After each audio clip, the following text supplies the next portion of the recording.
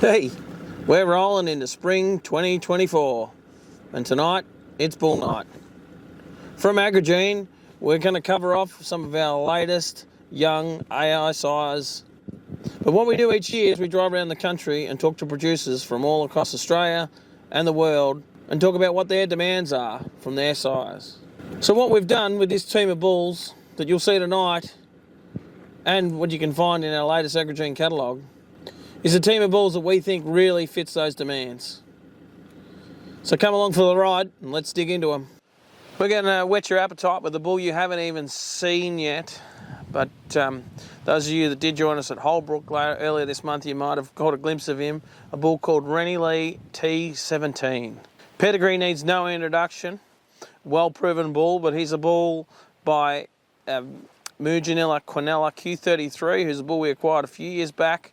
And you'll see he's done his job extremely well, topping at least 2 or 3 sales already this sire season, and we're only at the start of August, so yet more to come from Q33, albeit we are almost out of semen on him.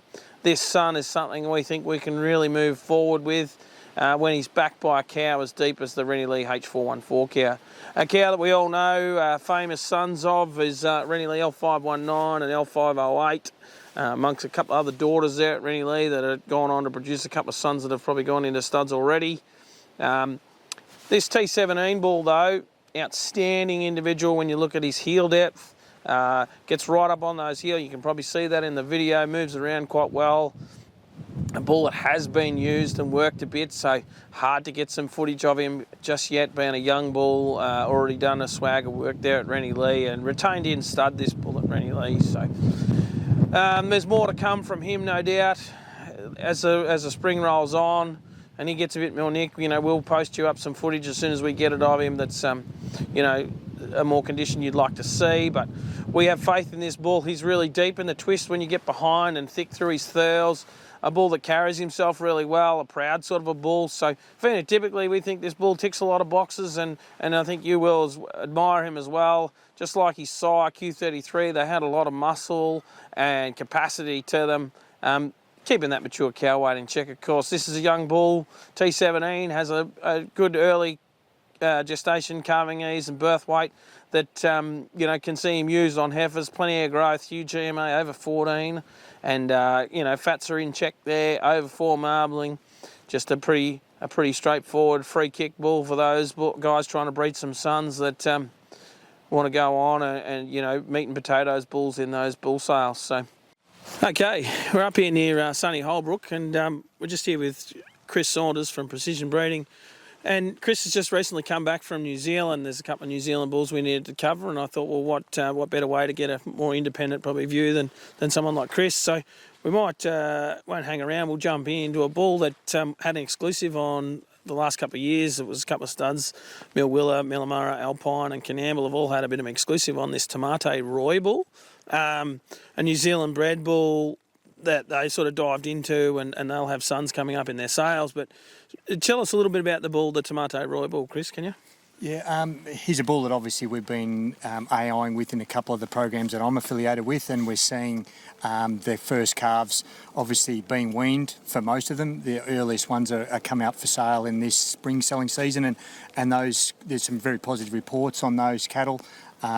We'd like to probably not pass too much judgment until these guys, bulls get a little bit more age, but what we're seeing is a bull that's adding a little bit more frame and length than what is stereotyped as a New Zealand bull. Yeah, right.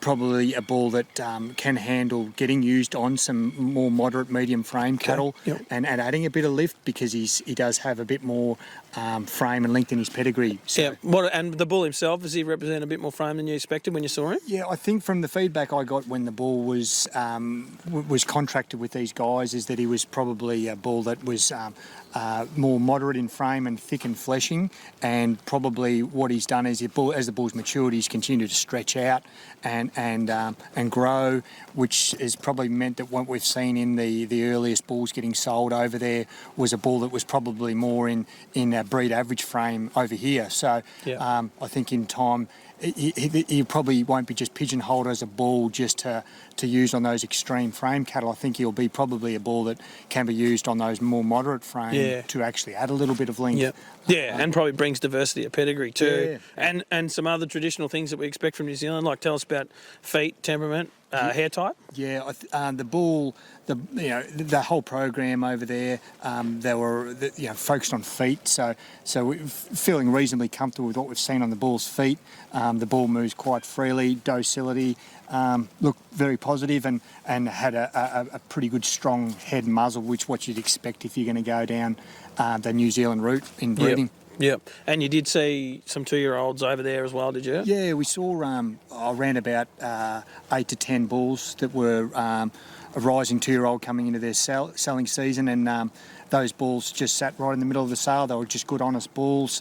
They were his first actual calf crop natural mate calves, so there was no selective mating. He got used over a pretty broad variety of daughters, as Paul had mentioned to us. So really the proof's going to be probably more so in the Australian progeny where they were probably selectively mated. Yeah, excellent. We've got you. We'll grab a couple of other bulls that you saw while you were over there on that trip from Stockman's. A bull we just added into the edge lineup this year, who's seen a bit of use here already, but no calves yet. A bull called Stockman's Stella, a Stella son out of the Stockman's in New Zealand. Yep. What were your thoughts on that bull when you saw him? Yeah, we were pretty keen to go over and have a look at the bull, just being a Stella son that probably had a little bit more carcass, as in more marbling and good EMA, which is obviously pretty on trend in Australia. And to find a bull that Stella's doing a pretty good job on conformation out here, we thought we'd go and have a look, and found a bull that was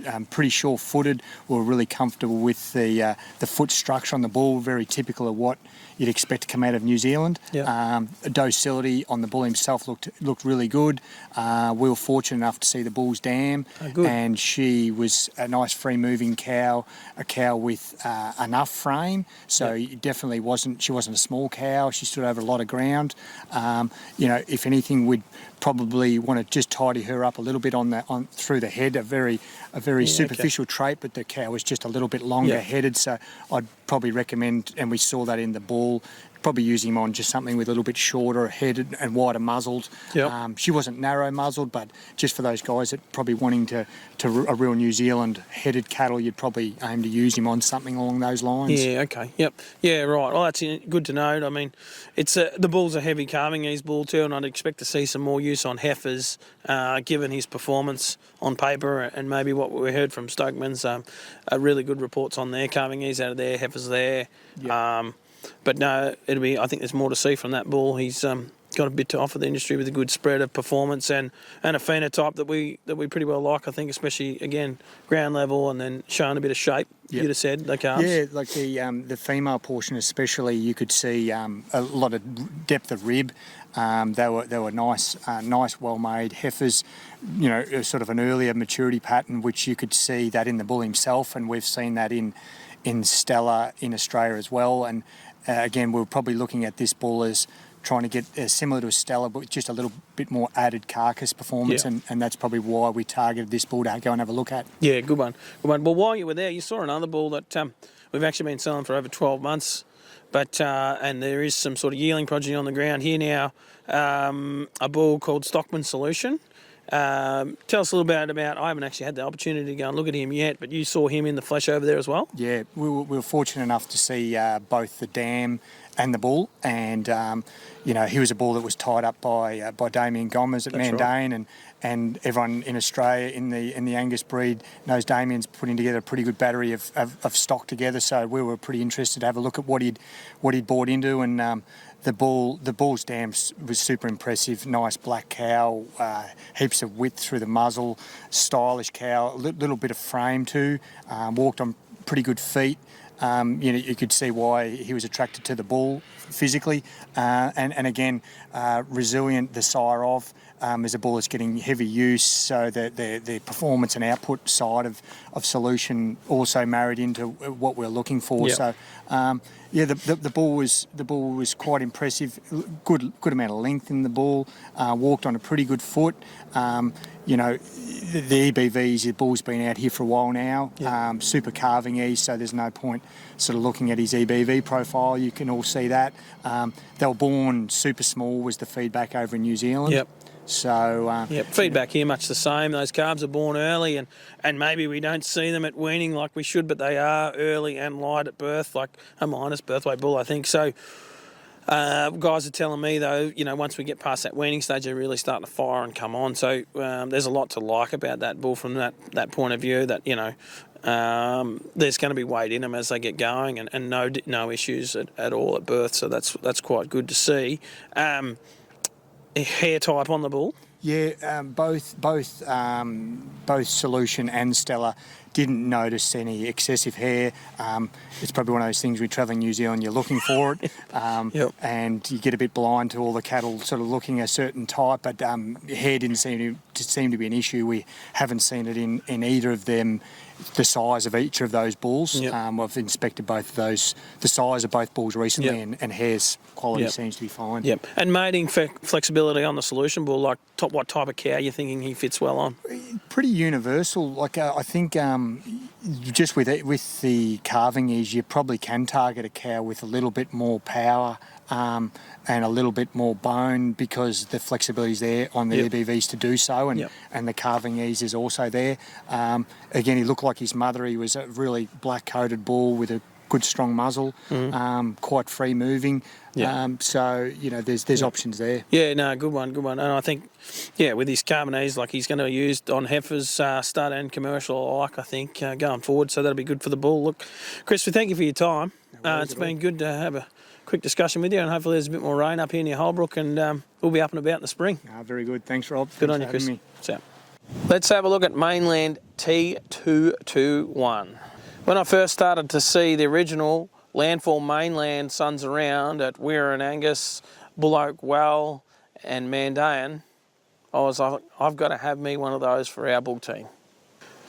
Little did I know was I going to find one so quick when I went to the keeper pen at Mandaean.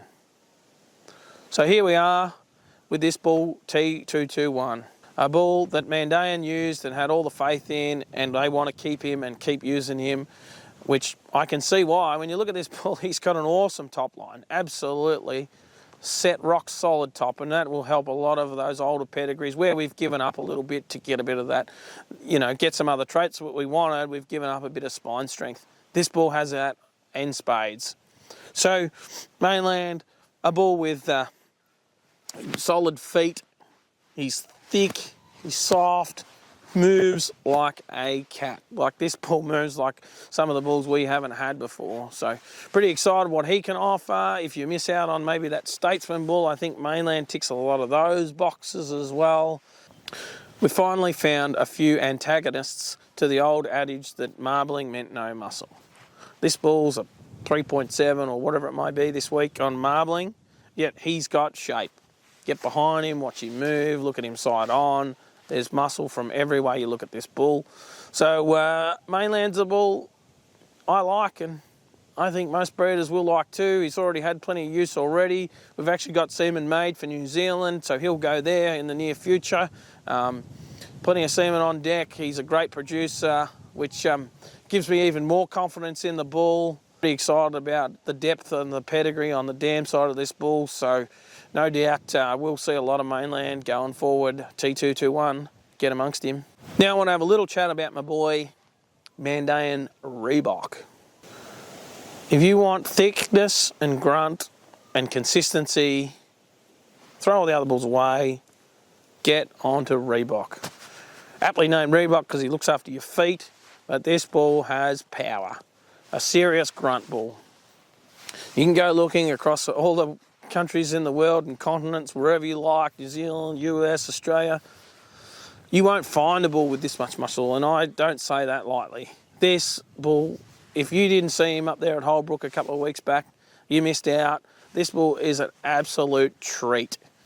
quiet, great to deal with, does everything you want, to the point where, you know, he barely fits, and he's a hard bull to manage. When he comes out of cows, you've got to put him on a really tight ration to keep the weight off him. But just a massive, massive individual, enough bone thickness, and you don't see that in these heifer bulls. Pretty handy data set too, like performance-wise, there's enough calving ease in this bull use on heifers, enough growth to be competitive with some of those bigger boys in the bull sales, and yet all the phenotype we want. I get asked about, you know, oh, bulls with power, and that's what sells. Phenotype sells. If you're selling weaner cattle, phenotype sells. If you're selling bulls in bull sales, phenotype sells. If you want a bull with phenotype and muscle shape, thickness, length of body, good feet, good attitude, consistent, Reebok. Now we're going to go to a bull called Paringa Statesman S115. I'm sure you've heard him before, and he's a bit of a personal favourite of mine, but a bull that brings a lot in terms of type, kind, length of body, deep muscle, deep thurl, and gets the job done when it comes to semen fertility. We've had great reports on this bull on getting cows in calf on programs of 10 heifers right to 1,000 heifers or cows. This bull is exceptional semen fertility, and that has led to his demand almost outstripping his supply. Got this bull on your list, make sure you get in quick. Otherwise, maybe have a look at some other bulls like our new bull Mainland that does tick a lot of the same boxes as this fella. Well, that about wraps up for here from the team at Agri-Gene. Just a snapshot of the newer bulls with semen available and ready to go this year. Thought you might be interested in those, and in the essence of time, that's what we've covered. If you want to know more about some other bulls, or there's information you're chasing, have a look online, but give us a ring or an email or a text. Happy to talk and chat about bulls and cows for hours. But yeah, I think it's important that you get the most information on your bulls that you're using to use on your cows, so that we all do better in the future going forward. There's some bulls obviously we didn't cover that are in the catalogue that I think are of interest. Yeah, again, shout out, give us a ring, but there's some more proven bulls, I suppose.